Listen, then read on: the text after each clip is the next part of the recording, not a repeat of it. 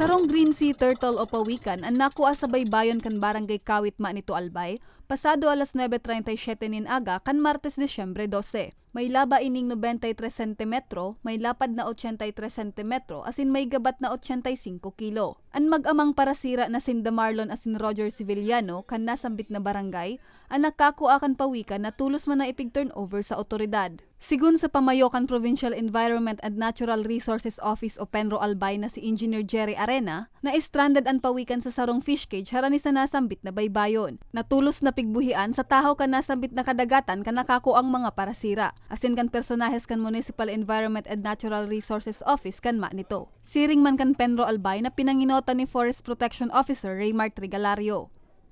In coordination doon sa LGU Menro.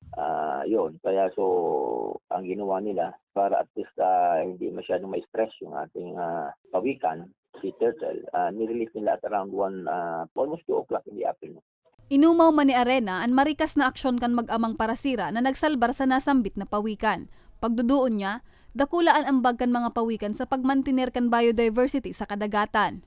Na nakikiusap sa ating mga kababayan, na particular dito sa Bicol, sa Manito in particular, na pag may mga ganito issues tayo, mas maganda i-surrender natin yan para at least makakatulong yan.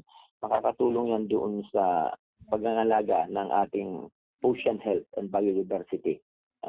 Kasi mayroong yung pagsasaayos ng paglililis ng ating mga seagrass at saka yung ating coral reef. So nakatulong yan, mga species na yan sa karagatan.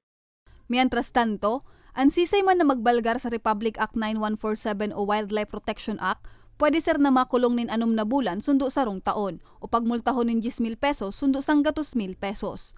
Para sa mga baretang tatak Bicol, Jennifer Pulinar.